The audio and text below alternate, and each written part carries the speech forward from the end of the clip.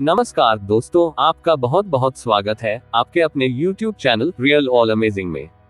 हमारा यहाँ पर कहानी सुनाने का मतलब किसी की भावनाओं को चोट पहुँचाना नहीं है, बल्कि समाज में जागरूकता फैलाना है।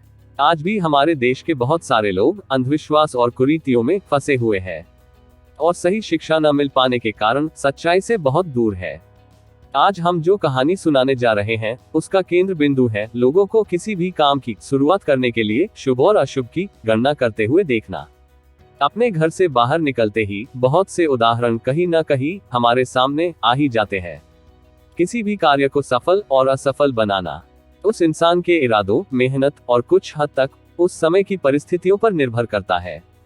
अभी कुछ दिनों की बात है कि मेरे एक बहुत ही परम मित्र अपने किसी काम का आरंभ करने के लिए शुभ मुहूर्त की तलाश कर रहे थे। तो मुझे उनको देखकर यह विचार आया कि हमारा समाज आज भी इतना पढ़ा लिखा और टेक्नोलॉजी होने के बाद भी कितनी ही कुरीतियों का शिकार है, जो किसी भी काम को करने के लिए शुभ समय को ही तलाशती फिरती है। और शुभ समय निकलवाने के बाद भी यदि काम असफल रहता है तो उसका दोष किसी और के सिर पर मढ़ दिया जाता है। इसी बात पर करारा प्रहार करती है कबीर दास जी के द्वारा समय समय पर प्रदान की गई प्रेरणा, चाहे वह उनके जीवन का कोई उदाहरण हो या उनके द्वारा कही हुई कोई बात। तो आइए जानते हैं उनके बारे में। कबीर दास जी का जन्म 1398 ईस्वी में हुआ था, यानी कि आज से करीब 600 साल पहले। कबीर दास जी ने कहीं से भी शिक्षा और दीक्षा ग्रहण नहीं की थी। जो कुछ भी सीखा स्वयं के अनुभव के आधार पर सीखा, जो कि कबीर दास जी के इस दोहे में प्रकट होता है। मसी कागज छुयो नहीं, कलम गही नहीं हाथ, चारिक जुग को महात्म मुख ही जा नहीं बात। अर्थात कबीर दास जी कहते हैं कि मैंने कभी भी कागज को छुआ नहीं और कलम को कभी भी हाथ नहीं लगाया। जो कुछ भी ज्ञान अर्जन किया है वह सब मुख के द्वारा बोल और सुनकर ही किया है। इस तरह से हमें एक बात यह भी पता चलती है कि कबीर दास जी द्वारा कही गई बातों को उनके शिष्यों द्वारा संकलित किया गया और बाद में इन्हें कबीर दास जी के नाम से प्रकाशित किया गया। इसी वजह से बहुत सारे विद्वानों ने कबीर दास जी के नाम पर प्रचलित कुछ दोहों को कबीर दास जी के वास्तविक विचार के रूप में स्वीकार नहीं किया है। कबीर दास जी वास्तविक रूप में किसी धर्म में विश्वास नहीं रखते थे। वो एक मानवतावादी विचार रखने वाले व्यक्ति थे, जैसा कि उनके द्वारा प्रचलित एक दोहे में प्रकट होता है। पाथर पूजे हरि मिले तो मैं पूजू पहाड़, ताते तो चाकी भली पीस खाए संसार। अर्थात किसी भी पत्थर को ईश्वर मानकर पूजने से कुछ भी नहीं मिलने वाला है, और अगर पत्थर को पूजने से कुछ भी मिलता तो मैं पहाड़ को पूजने को तैयार हूँ। एक पत्थर की मूर्ति से अच्छी तो घर में रखी हुई चक्की होती है, जिससे हम आटा पीस कर तो खा सकते हैं। इसी क्रम में कबीर दास जी का एक अन्य प्रचलित दोहा कुछ इस प्रकार है। हिंदू कहें मोही राम प्यारा, तुर्क कहें रहमाना, आपस में दो लड़ी लड़ी मुए, मरम न कोई जाना। अर्थात कबीर दास जी कहते हैं कि हिंदू लोग कहते हैं कि मुझे राम का नाम प्यारा है, और मुसलमान लोग कहते हैं कि मुझे रहमान के नाम से प्यार है।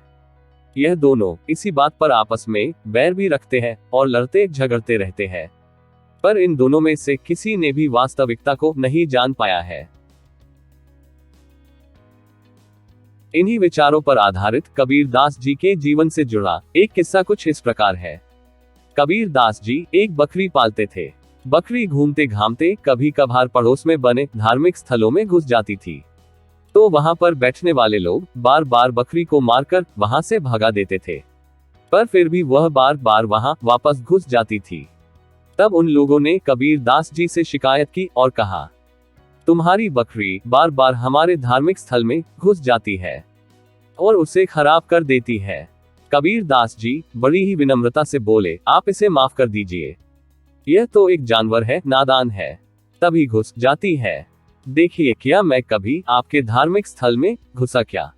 इस घटना से कबीर दास जी के विचारों का साफ साफ पता चलता है, और कबीर दास जी ने अपना यही प्रयास मरते दम तक जारी भी रखा।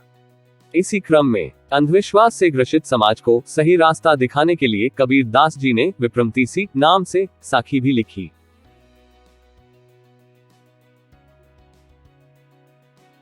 तो आइए जानते हैं कबीर दास जी के जीवन से जुड़ी दूसरी घटना को, जिसमें उन्होंने अपने प्राण त्यागते हुए भी अंधविश्वास को मिटाने का भरपूर प्रयास किया।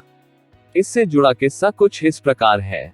कबीर दास जी के समय में अंधविश्वास अपने चरम पर था और उस समय एक कट्टरवादी सोच यह थी कि जो व्यक्ति काशी यानी वाराणसी में अपने प्राण त्यागता है तो उसे निश्चित ही रूप से स्वर्ग मिलता है, और जो व्यक्ति मगहर, जो कि उत्तर प्रदेश राज्य में स्थित एक स्थान है, में प्राण त्यागता है तो वह निश्चित ही रूप से नरक में जाता है। उस समय के अंधकारमय समय में इस तरह की विचारधारा हमारे समाज में एक बहुत ही गलत संदेश देने के साथ साथ बहुत से अंधविश्वासों को भी जन्म दे रही थी। कबीर दास जी को इस विषय में ज्ञात था। धीरे धीरे कबीर दास जी का जब अंत समय आ गया तो कबीर दास जी ने सोच समझ यह निर्णय लिया कि वह अपने प्राण अपनी जन्मस्थली और निवास स्थान काशी में न त्याग कर मगहर नामक स्थान में त्यागेंगे, जिसे लोग उस समय नरक का द्वार मानते थे। इस बात को सुनकर कबीर दास जी को जानने वाले बहुत सारे लोग सदमे में आ गए, परंतु कबीर दास जी ने यह निश्चय कर रखा था कि वह अपने प्राण त्यागेंगे तो मगहर में ही, और इस तरह सारा जीवन काशी यानी वाराणसी में बिताने के बाद भी कबीर दास जी अंत समय आने पर मगहर जैसे स्थान पर चले गए और मगहर में ही मृत्यु को प्राप्त हुए। कबीर दास जी मृत्यु के बाद भी लोगों को यह संदेश देना चाहते थे कि लोगों को हमेशा अंधविश्वास से लड़ते रहना चाहिए और अंधविश्वास को खारिज करने के लिए कुछ न कुछ काम करते रहना चाहिए। कबीर दास जी का मगहर में प्राण त्यागने का बहुत सारे लोगों ने विरोध भी किया, परंतु धीरे धीरे जागृति फैलने पर लोगों के मन से काफी हद तक स्वर्ग और नरक को प्राप्त करने वाली धारणा का अंत हुआ। परंतु आज भी हमारे समाज में बहुत सारा अंधविश्वास फैला हुआ है, जिसे हम सबको अपने प्रयासों से दूर करना है।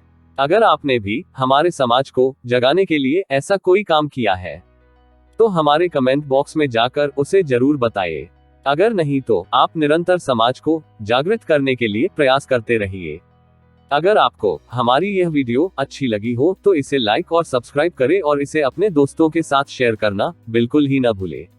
आपका बहुत बहुत धन्यवाद।